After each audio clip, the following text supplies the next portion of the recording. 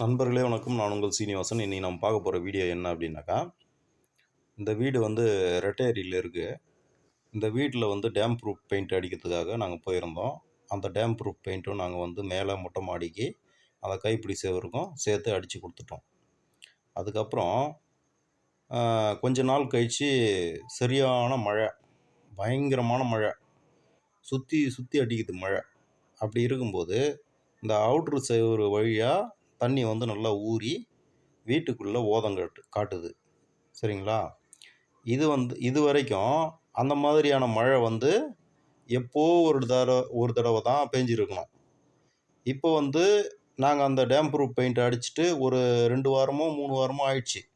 அதுக்கப்புறம் வந்து அந்த மழை வந்ததுனால விடாமல் தொடர்ந்து அன்றைக்கி ஃபுல்லாக பேஞ்சதுனால பில்டிங் வந்து நல்லா செவுரு பக்கவாட்டில்